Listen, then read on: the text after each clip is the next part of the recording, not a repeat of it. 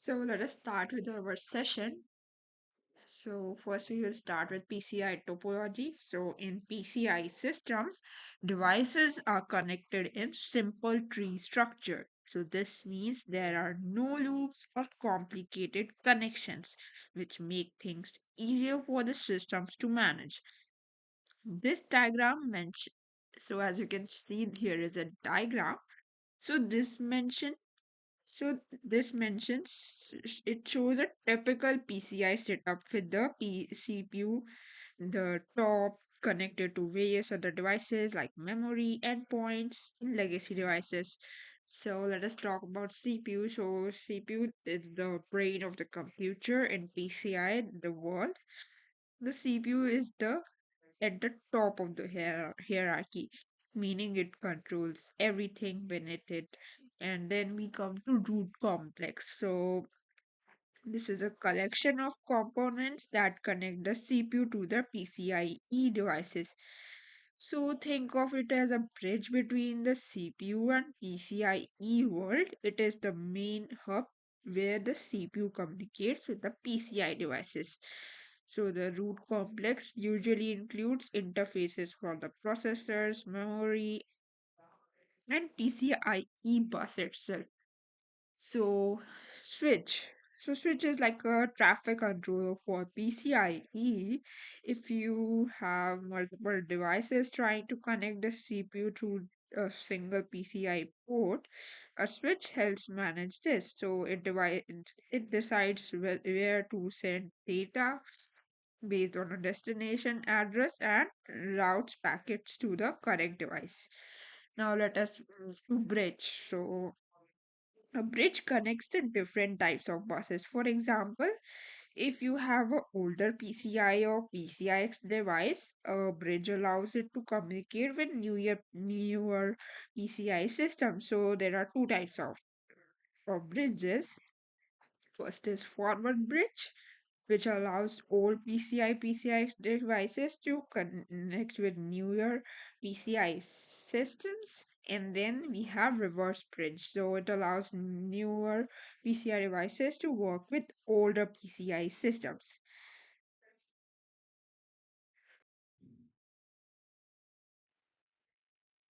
Heart of the system which manages all the devices, and root complex is the one which connects the CPU to the memory and the PCI devices. So we can think it of as a hub, and we have a switch which acts like which data, I mean which device the data should go to, like Yes. whether to the one PCI endpoint of the memory, or whichever is connected. And bridge is the one which connects the different types of buses. There are different bridges like the forward and reverse bridge. Forward bridge allows the older PCI devices to connect to the newer PCI Express devices, and the reverse bridge allows the other way, like PCI devices to work with the older PCI devices. And the endpoints are the graphics card and SSD and what say like other systems that are connected to the PCI network. Other components connected to the PCI network. Yeah, it was a good try. So let me get started with more detail that what does native endpoints do. So devices that were designed specifically for PCIe, like modern SSDs or graphic cards, so they communicate directly with PCI system and use memory mapped IOs or MMIO. And the legacy PCI endpoints are the older devices that originally worked with older buses like PCI X, but they were modified to work with PCIe. So now let us understand few important terminologies. So upstream lane. So a lane that carries the traffic of packets towards the root complex. Then we have downstream lane. So in this the lane carries traffic away from the root complex. Upstream port, so in this port is pointing toward the root complex, and downstream port a port that is pointing away from root complex. So link consists of lanes in both transmit and receive. So if transmit is upstream, then receive will be downstream. So let us now talk about the basic configuration and configuration space and headers.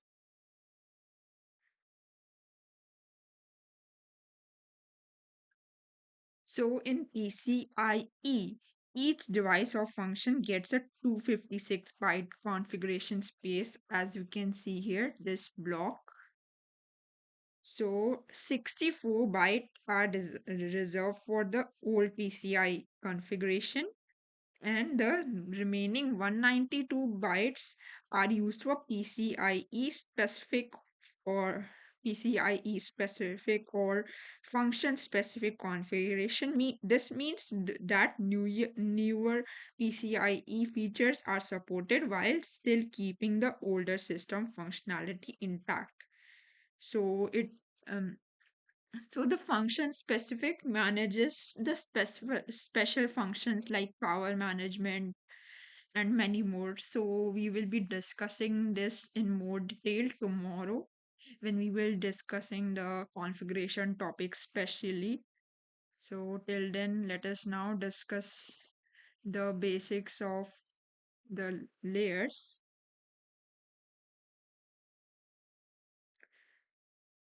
So this is actually device layer. We will have a overview that how the device layers work in PCIe. So PCIe have a layered architecture, so where each layer has a distinct role. So these layers operate independently for transmit and receive, as you can see here.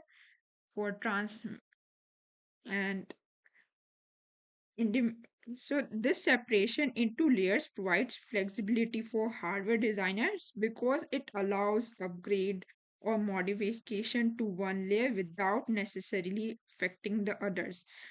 However, the layers are defined for clarity. There is no strict requirements for design to strictly partition hardware in exact way to meet PCIe compliance. So let us now talk about the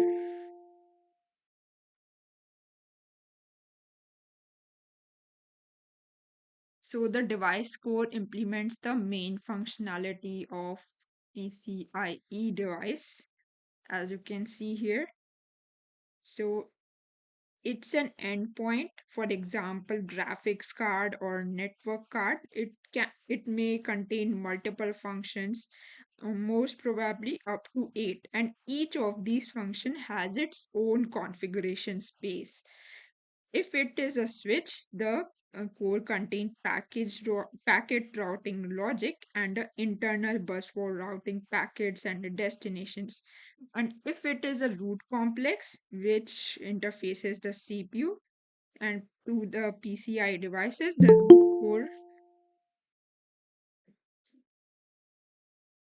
root core typically includes a virtual PCI bus where embedded device and virtual bridges reside. And next, let us talk about the transaction layer. So the transaction layer is responsible for managing high level data communication. So it creates transaction layer packets or TLPs for transmission and decoding and decodes them upon receipt. So this layer handles key functions like quality of service, which means it manages data flow based on priority, and it also manages flow control, ensuring that data is sent to at a rate the receiver can handle. and transaction ordering. So, in this, we keep track of the correct order in which data should be processed. So, each of these functionalities ensure that the data flow between devices is efficiently and properly managed. So, the creation and processing of TLPs occur on both transmit and receive sides of the system. So, let us now let's discuss data link layer. So the data link layer ensures reliable communication between two directly connected devices. So it handles the DLLPs or data link layer packets for error management, including the creation and decoding of these packets. So one of the primary responsibility is error detection and correction using ACK or NAK protocol. So ACK or NAK protocol, this is a system for acknowledging correct data transfers or signaling negative acknowledgement when errors are detected. So data link layer, thus it ensures that any errors in transmission are corrected and caught to maintain the data integrity. And then we move to the physical layer. So in physical layer is responsible for actual transmission of data across the PCIe link. So it handles the conversion of data into a form that can be transmitted over the physical connection, as well as the reception and conversion of incoming data into usable format. So the key responsibilities of physical layer include ordered set packet creation.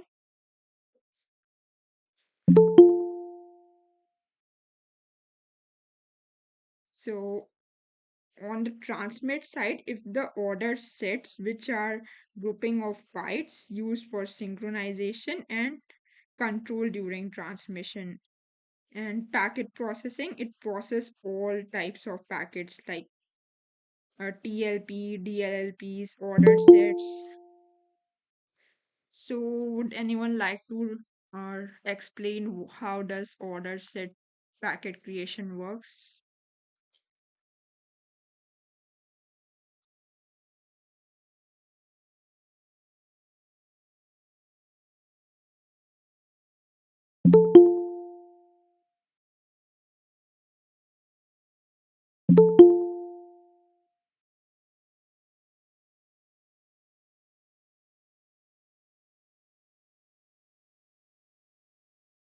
So what I said till now, everyone understood that, or is there any doubts in this, whatever I told till now?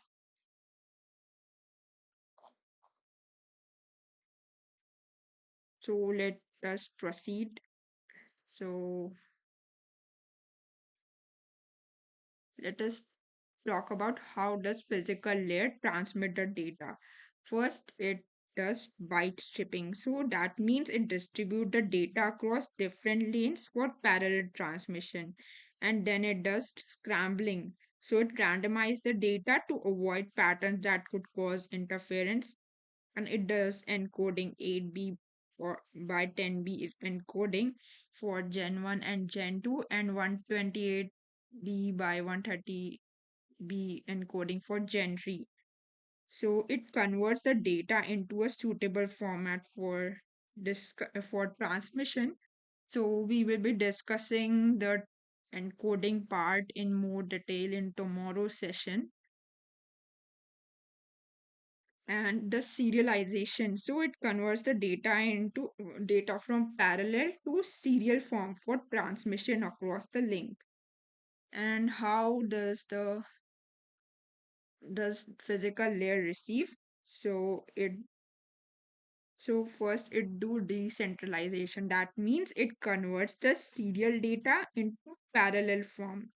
Then after this it works on decoding. That means it decodes the encoded data Then we do descrambling. So in this step, we return the data to its original form after transmission. Then clock and data recovery. So we use this for the incoming data stream to recover the clock signal and ensure accurate data timing. Then we move on to elastic buffers.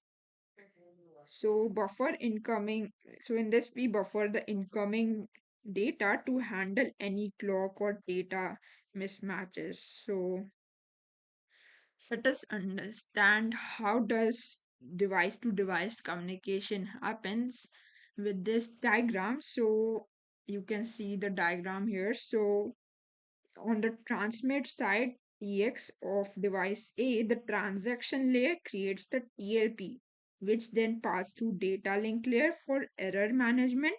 And finally, the physical layer converts it into a suitable format for transmission over the PCIe link. As you can see here is the link, and then it goes into the device B. So on the receive side, of device B, the physical layer receives the serialized data and decodes it and passes it to the data link layer for error checking before finally reaching the transaction layer where the original data is reconstructed. So, any questions on this? That how is data transferred with using the different layers of PCI device?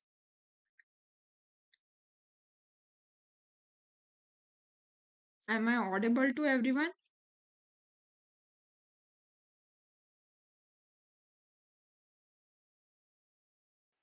Yes, yes, yeah, Okay. we can So, hear you. so it's a question for you all. So, do switch need these layers?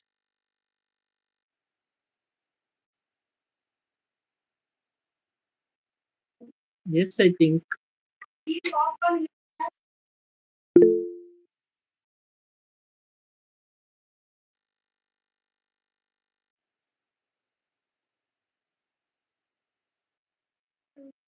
because there may be address filtering kind of things, right? So maybe it might need the data processing there. Yes. So, this is a very common question that a switch needs these layers or not. So let us understand it. So the answer is yes. Switch needs these layers. So, given that so as the main role of the switch is to forward the packets between the devices, so the answer is yes. So the switch ports must implement all these layers: transaction layer, data link layer, and physical layer, even though they primarily act as an intermediate between devices. So the reason is that in order to correctly forward packets, the switch needs to evaluate the contents of the packet. So this evaluation includes checking packet headers and determining the routing paths which take place in the transaction layer. And next, so we so is this diagram can you all understand this diagram, or should I explain this, or anyone would like to explain this? How is it working? Anyone here?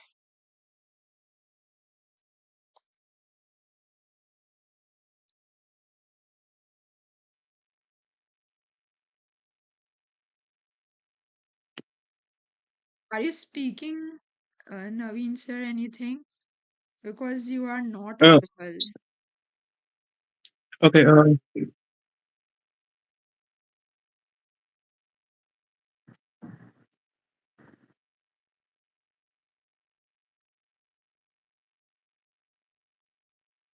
So would anyone like to discuss how is this diagram working?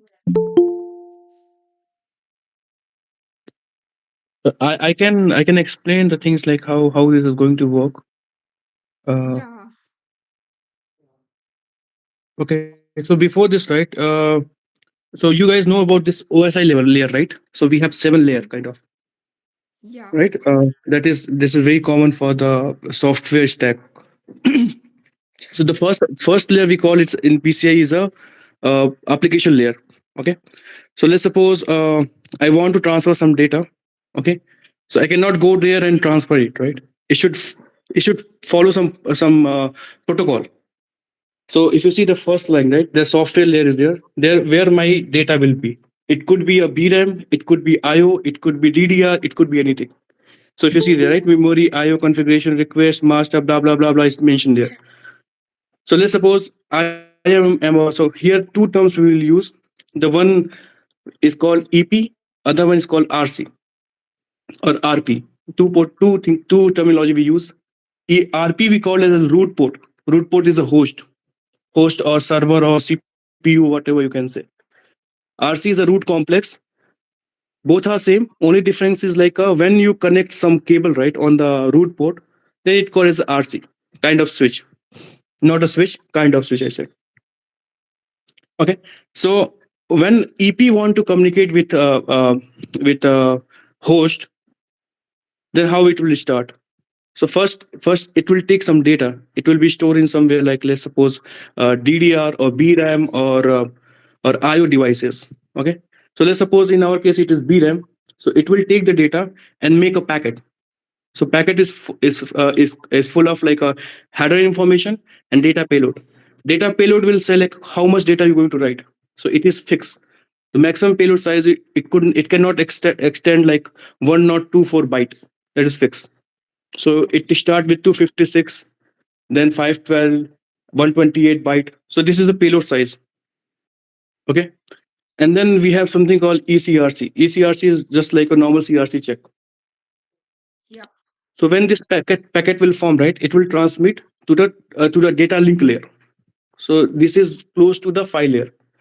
So let's suppose some error is happening, right? Let's suppose I'm sending the data, but my CRC will get hit or some error is popping up, some flip is happened. Okay, in data link layer. So we will get the acknowledgement. So the acknowledgement tell like what kind of error I got. Okay. So Yes. so it's your responsibility to go back and see like why this error is popping up. If not, it will set the acknowledge like okay, data is correct. I'm forwarding it to the file layer. Okay. So in data link layer, two things will get added. One is called start and stop of sequence. So this is start, this will be stop. So that like file will comes to know like what is your exact data. Okay. And along with that, if you see right, your data packet will be there, your acknowledgement will be get added, and something called DCRC, similar like a ECRC plus the additional data what you did, right? I mean the additional EOP SOP you added, and the data and this acknowledgement bit we added. So this will make and form DCRC, data link layer CRC check. Okay. Now it will go to the file layer. So just think you have a 128 byte of data. That is very huge, right? And five like PCI is a serial to serial transmitter, like it transmit the data one by one by one bit in one go.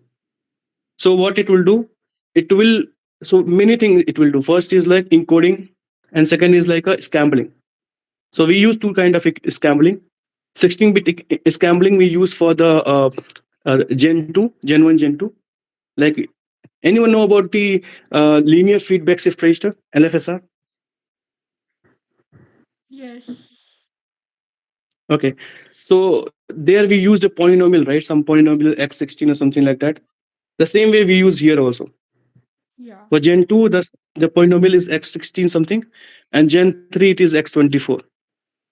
X24, x3 something will be their polynomial. So this used for this scrambling purpose. Okay. Okay. Once Yes. scrambling done, right, it will go to the encoding. So we have like two kind of encoding, 8B by 10B encoding that we are using till Gen 2, and Gen 3 onwards it is 128 by 130. Okay. So though the difference in these two is like two things. Efficiency. So what is called efficiency? Efficiency is like if you see 10 minus 8 by 2, 20% loss, right? Yeah, 20% loss in the sense like 10 bit of data you are getting, 2 bit you are adding there, right? 2 bit divided by 10 multiplied by 100, that is called efficiency. That means you're 20% you're wasting your data. That is very bad. Like if someone is wasting 20% bit data, that is like your efficiency will be very poor, throughput will be very down. Okay. correct. That's the reason we come up with a solution called 128 by 130. Many protocol use 64 by 66 encoding scheme, USB, Ethernet, but PCI use 128 by 130 encoding scheme. So here the loss is very low, like 130 minus 128 2 divided by 130. The number will be very less to one. So this will boost your efficiency, and that's the reason throughput of PCI is better compared to other protocol. Okay, till here is clear, right? Any Yeah. question in it? Anyone would like to ask question on this?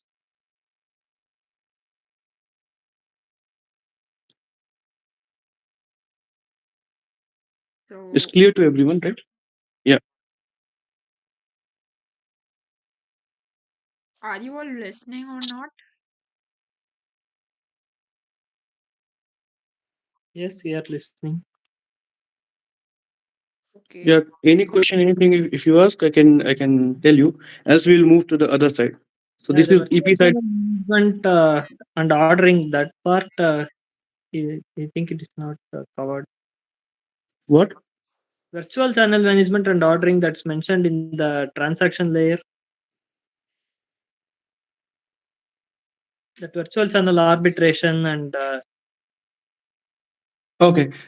Okay. So actually, that is see, there is a two way of transferring the data. That is virtual mode. Okay, and one is physical mode. Okay, I'm covering the physical mode, how you transfer the data. The things which is virtual channel is like it will create a virtual channel. It will go loop the things there only. You can see there, right? The arrow mark you can see there, right? The host and the both is sitting in same place. Virtually you can see there, and down you will not find that, okay. Mm. right? So let's, it is like internally route the things. You have something internally, just talk about some memory is already connected with your device inside your hardware or PC that want to communicate with your DDR. It will not come follow the complete things, right? It will internally route the things. That is called virtualization. Okay. And the flow current control is depend upon your credit, right? How many CPUs is there in your design. So something called, not sure how many knows about the back pressure thing. Okay, it's something like a credit is something like a, let's suppose you and me playing a passing of ball. I am passing ball one ball, you are able to catch that. Okay, so Mm. if my speed is faster, so let's suppose you can catch two ball at a time, but I am throwing three ball at a time, then you're going to lose one ball, right? Mm, yeah. That is called a credit. And Okay. the flow control. So once you have enough credit to receive the data, you will receive all the data. If your credit is less, I'm passing more data, then will throw the back pressure on me and say like, hey, my credit is this limit, and you are very fast. Okay. Thank Hello, you. Anushka. Sorry to. Hello. Yes. Yeah. Sorry to interrupt, but I just joined. So could you please let me know what did you cover in last half an hour? So I covered Just. the topology, and then we Mm-hmm. covered basics, that how we took a short overview that how the different layers work. Like, Okay, okay. Yeah, so the record is there, right? yes, I will give you the recording after this session. And Okay, okay. we Yeah, are sure. going to learn about each layer in more detail in upcoming video. Okay, okay. Yeah, sure. Thank you. Thank you. So diving deep into transaction layer. So now we will be learning how does the transaction layer works and how it assembles and disassembles. We will be learning that. So the transaction layer in PCIe is responsible for managing how devices communicate with each other by sending and receiving data. So it handles the main task of sending requests like read or write commands, and receive responses from other devices connected to the PCI system. So if we do a simple breakdown of the process, so first it makes request. So whenever a device want to perform an operation like reading or writing to memory, it sends a request to another device. So these requests are packaged into what we call TLPs, or transaction layer packets. Then we so next part is receiving responses. So for some requests, the device that send the request expects a responses. For example, if a device asks to read data, the device that has the data will send a completion packet back, confirming the operation and returning the requested data. So let us now discuss what is the non-posted transaction and posted transaction. Did anyone came across this before?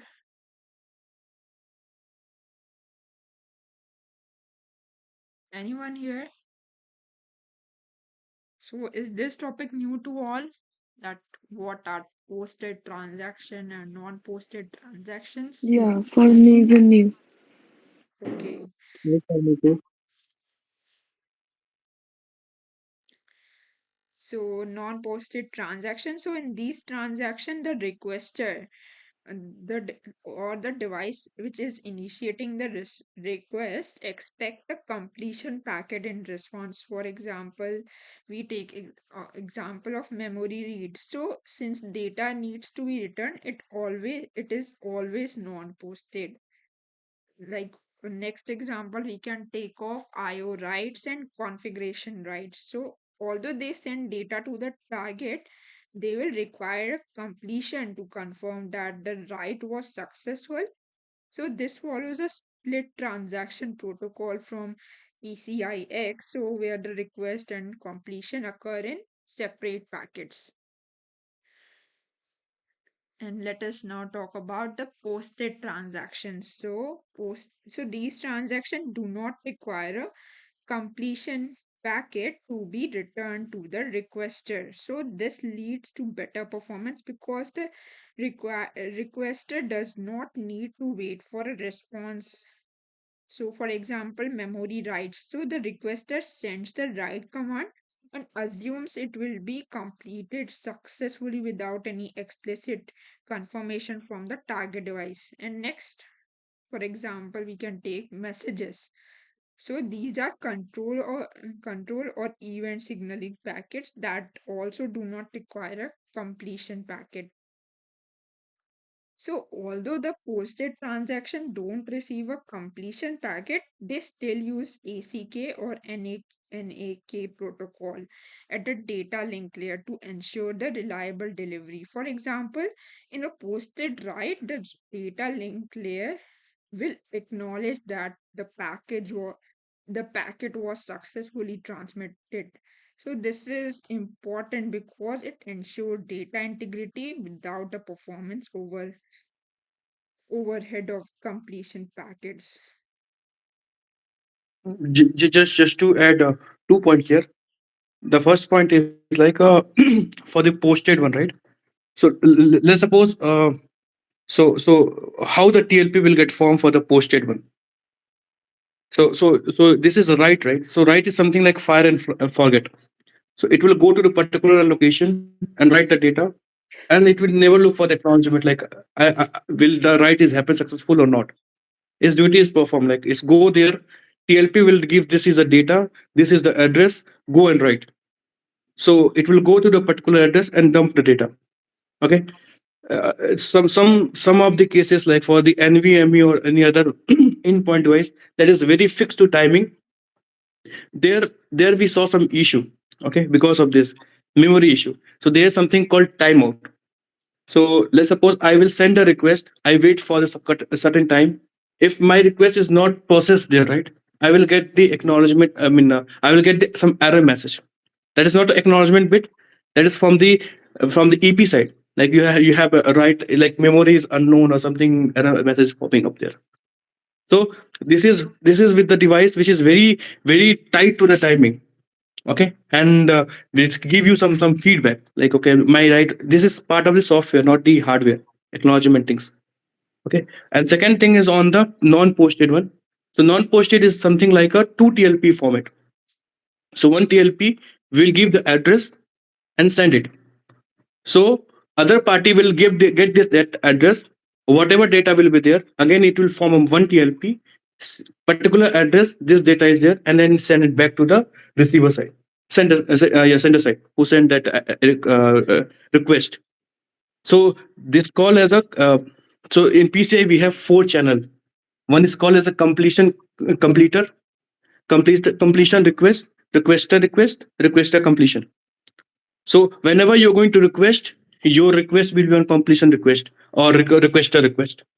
And whenever you're going to get an acknowledgement, it should be on completion complete or requester complete. Yes. So four interface will be there in PCI to manage all this activity. And one more thing, I'm not sure this someone cover or not. So one question to all, like, I'm not sure who is going to answer this. PCI Gen 1 is 2.5G. PCI Gen 2 is 5G, that is twice of Gen 1. PCI 3 is 8G. Again, PCI 4 is 16G. PCI 5 is 32G. PCI 6 is 64G. Why PCI 3 is 8G? Anyone? 8G. So, so I'm not like that much correct. I'm not sure, but something is like in a Gen 1 and Gen 2 we are using 8 to 10 bit encoding, but for Gen 3 onwards we are using 128 to 130 bit encoding, right? So some logic behind up there. Okay. So please Anyone? correct me, like. Yeah, you partially correct. I think 60% correct. Okay. Anyone? Any try? You got the hint where you need to look. And I mean, few minutes back I used that terminology. That is very important for PCI.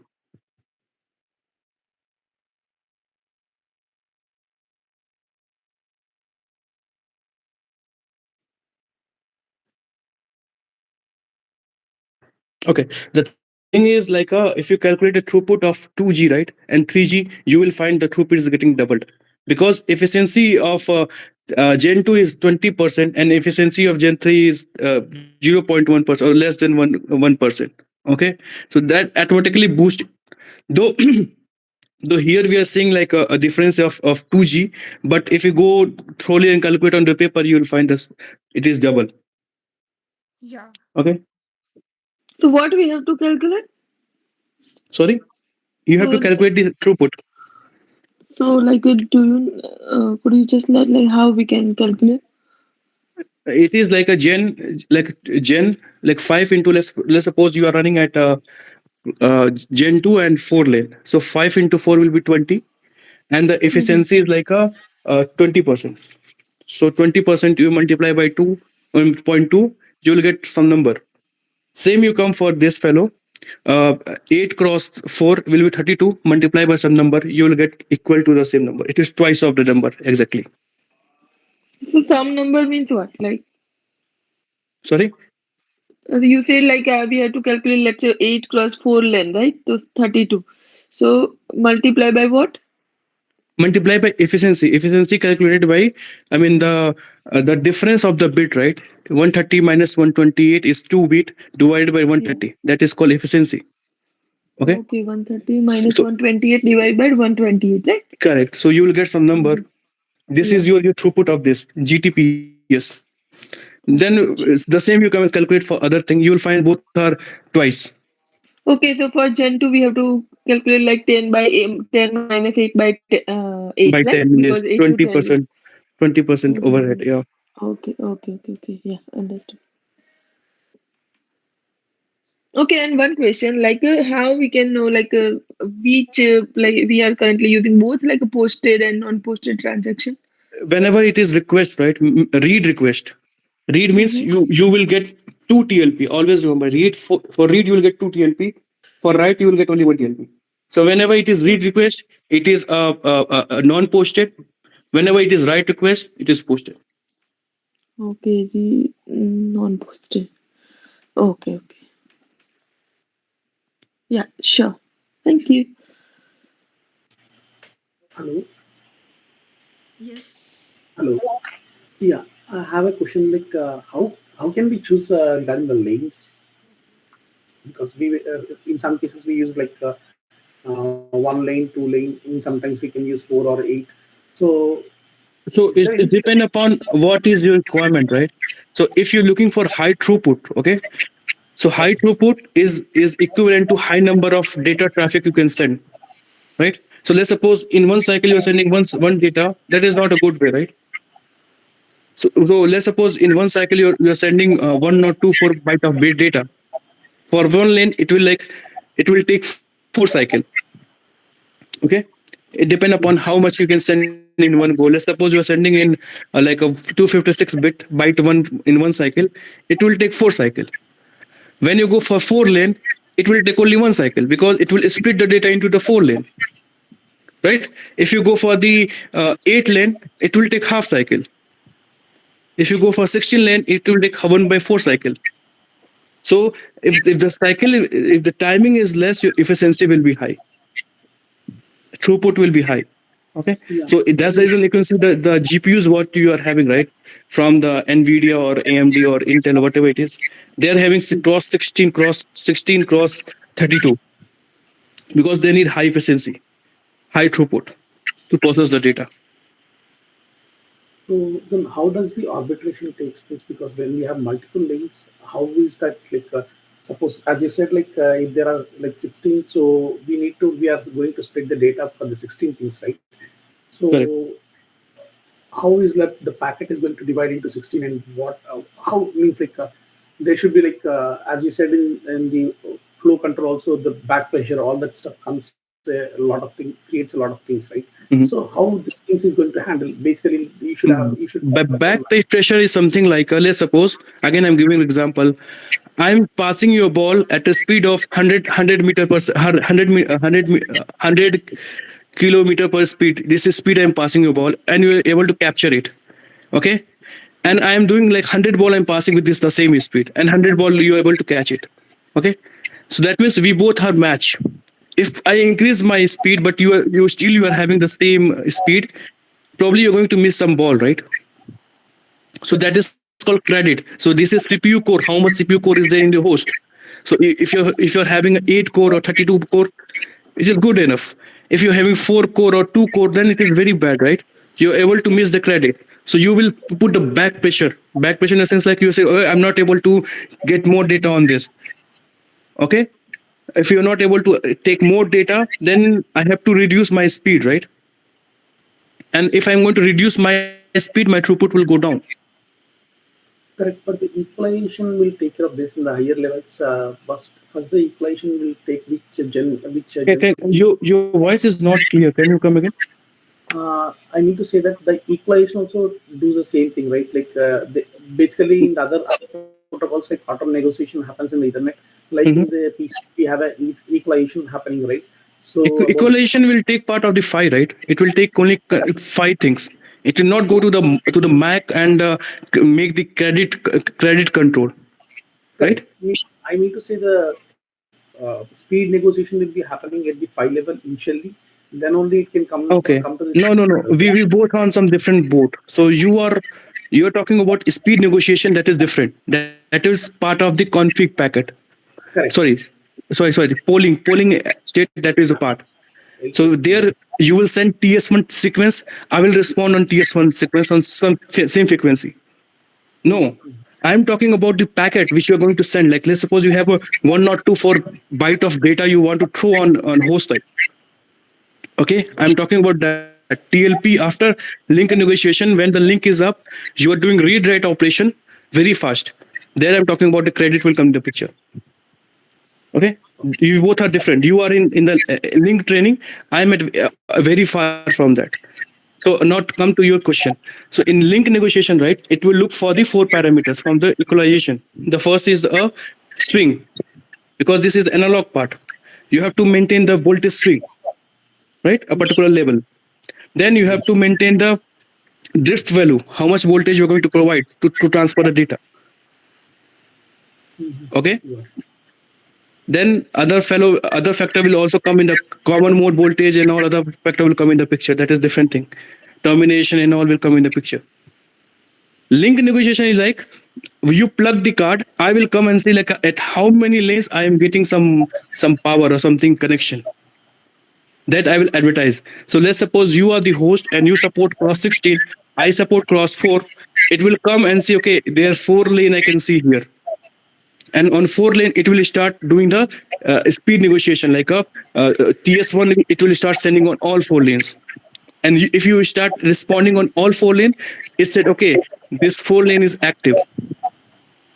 So I need to advertise like I am a whatever Gen 1, Gen 2, Gen 3 cross 4 supported device. Though I have capability of uh, Gen 1 cross 16 or Gen 2 cross 16. Are you able to get the question, or No, no, I got it. I got it. you got it right? Okay. Yeah. Thank you. So let us continue with TLP basics, like how it assembles and disassembles. So, so a TLP or a transaction layer packet is the fundamental unit of communication in PCI Express. So when a device sends a request or a response, it is packed into a TLP, which then travel across the PCI link to the other device, as you can see here. So these are in the links. So it travels across the PCI link to the other devices. So this packet goes through various layers, and each layer adds different parts to the packet to ensure that it is transmitted properly or not. So let us discuss the core section of TLP or transaction layer. So the transaction layer starts the process by creating the core part of TLP. So this part includes information such as header, in some cases data. So header, so every TLP has a header which acts like a address label that tells the system where the packet is going and what type of request it is. For example, a memory read or write. So data. So some packets like write request will have data that needs to be transferred, but other packets like read request won't include data, so they just contain instructions. And then we have optional ECRC, so end-to-end cyclic redundancy check. So the transaction layer can also add a ECRC at the end of the packet. So this is a type of error detection code that ensure that no errors occur during the transmission between the sender and receiver. So the packet along with ECRC is then passed down to the next layer, that is the data link layer. So let us now discuss the data link layer. So the data link layer is responsible for ensuring the packet is transmitted error free across the immediate PCI link between two devices. So next, the sequence number. So the data link layer adds a sequence number to the packet, so which helps the receiving device to keep a track of order of packets. Then we have LCRC in this layer. So link cyclic redundancy check. So the data link layer also adds another error checking code called LCRC. So this code allows the receiving device to check if any error occurred during transmission over the specific link. If there's an error, the receiver notifies the sender and the packet is retransmitted. So why do we need both ECRC and LCRC? So if we already have LCRC for checking, then why we need ECRC? So anyone would like to answer this?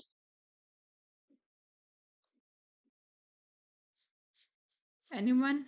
Or I should answer it. So LCRC only checks for errors on the link between two neighboring devices. And ECRC, on the other hand, checks for errors across the entire path from sender to final destination. So this is useful because error could not happen in because error can also happen within the device, like switches or ports. So the router and the packet and the LCRC won't catch those. So by having both, we make sure that errors are caught at different stages, providing better protection. Next, So here, what does that header part like? What it will do? so header acts like a address which tells the system where the packet is going.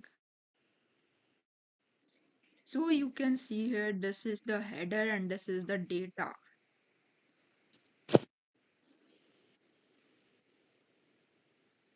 So do you have still question that how does header works?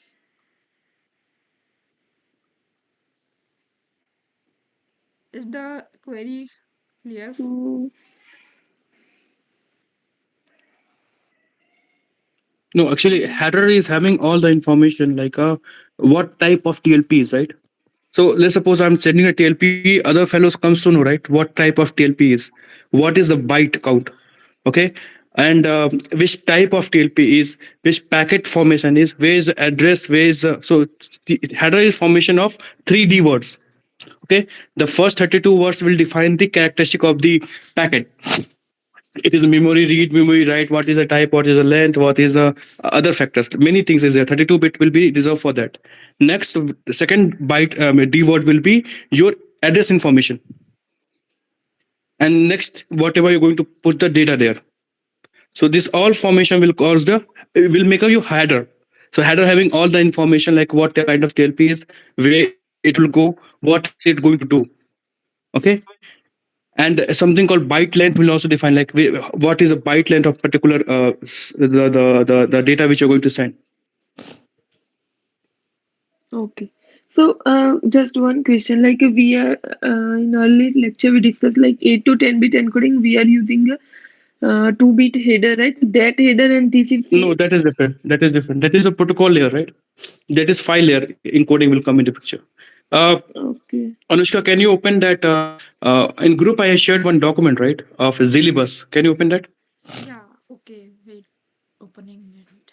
Or you're running out of time, so we'll stop this. Okay, so let us do that tomorrow because already we have completed 1 hour session.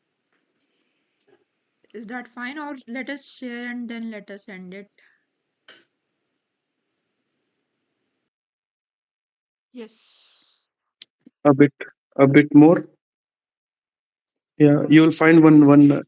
Yeah, this one is go up. Yeah, this one. So this is a format of header. Okay, one complete. I mean one TLP. So the first DW geo you can see, right. This is called header information. Okay, it is having length. How what is the length? Completion ID, requested ID. Okay, this should match. So let's suppose I'm requesting you, right.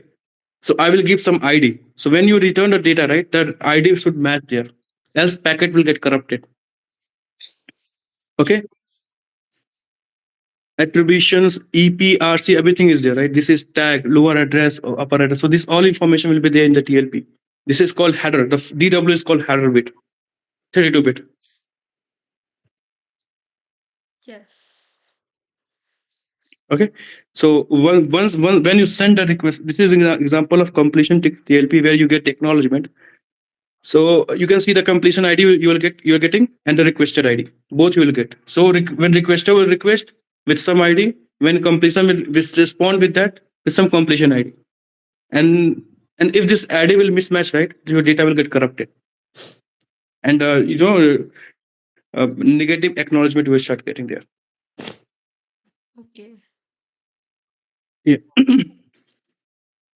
Any questions to anyone? And this part we will discuss tomorrow. So tomorrow we will discuss about DLLP, like how it assembles, disassembles, and then we will discuss in detail the enumeration part. Is that fine for